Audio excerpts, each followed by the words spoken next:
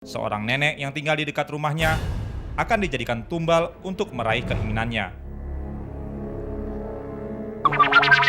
Sudah lama, Sukidi selalu dianggap remeh oleh teman-temannya di kampung.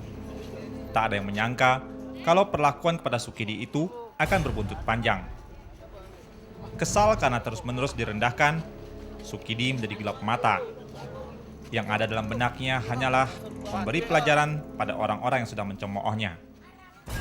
Tadinya saya kecewa, Pak. Kecewanya saya digebukin oleh 5 orang, Pak. Yang dari jauh, terus saya dipikir-pikir saya nggak punya salah sama mereka. Tapi dia bilang sama saya, emang Kari kamu nggak punya salah sama saya dan kamu nggak punya dendam sama saya. Pada saya masa resep mukulan sorangan gitu, Pak.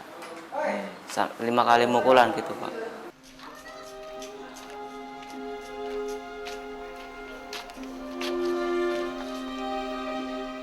Kekecewaan yang bercampur amarah membuat Sukidi berniat melakukan pembalasan. Ia lantas meminta saran kepada teman-teman dekatnya. Coba aja kamu belajar ilmu kebal. Terus saya mikir 1 minggu, terus saya dijemput sama mereka, sama si Ojos. Terus saya dikasih alamat, terus saya datang ke si Badukun itu.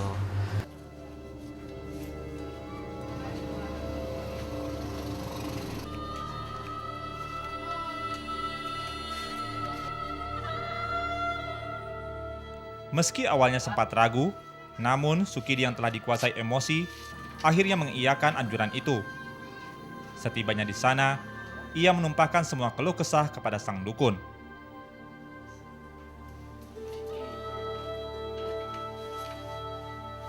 Kamu ada apa nak datang ke sini? Jadi begini Ki, saya sering dipalakin oleh teman-teman saya. Saya ingin punya ilmu kebal Ki, gimana caranya? Saya gini Pak, saya pengen ketebalan awak. Sanggup kamu melaksanakannya? Sanggup Pak. Bunuhnya tetangga kamu yang ini. Jangan jauh dari rumah kamu. Gitu, Pak. 3, 1 bayi, 2 gadis, ketiga nenek-nenek yang dekat rumah kamu. Sebenarnya itu Ki. Ya, itu kamu harus lakukan kalau ingin punya ilmu itu. Gitu ya Ki. Oh yaudah, itu saya akan lakukan Ki. Saya permisi. Mendapat wejangan yang tidak masuk akal dari sang guru, Sukidi hanya terdiam. Ia tak tahu apakah akan melaksanakannya atau tidak. Berhari-hari ia terlihat resah, perasaannya galau tak menentu. Hanya satu yang terus membayanginya. Seminggu sudah Sukidi berpikir keras. Akhirnya, ia menetapkan hati untuk melaksanakan petua sang guru. Cerita dari teman-teman semakin menguatkan keyakinannya selama ini. Waktu dukun tuh nyuruh kamu membunuh, kamu gak curiga sama sekali? Enggak, karena saya nggak curiganya. Udah bukti teman saya udah tebal gitu Pak adik-adiknya.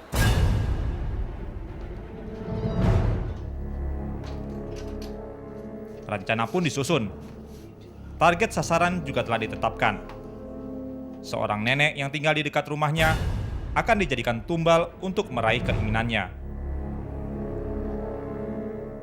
Malam itu, seperti biasanya, Sukidi tidur bersama teman-temannya di sebuah majelis taklim yang terletak tak jauh dari rumahnya. Di pembaringan, pemuda ini merasa tak nyenyak. Dorongan nafsu iblis terus mengusik tidurnya. Malam semakin larut. Tak lama lagi, subuh akan datang menyambut. Sukidi pun beranjak bangun. Ia menghampiri rumah tetangganya, Arwana, seorang nenek berusia 70 tahun. Selama ini, Arwana memang hanya tinggal seorang diri.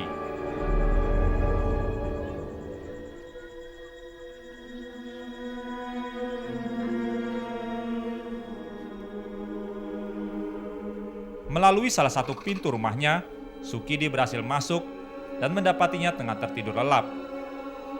Seketika itu juga, Sukidi yang telah dikendalikan nafsu biadab langsung menghabisi korban.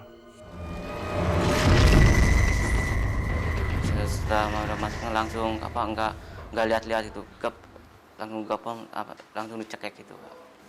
Siapa saja yang disyaratkan si dukun itu untuk dibunuh? Itu aja. Mendapati korbannya sudah tak bernyawa, Sukidi kembali ke majelis taklim, tempat peraduannya semula. Seakan tak terjadi sesuatu apapun, Sukidi melanjutkan tidur bersama teman-temannya.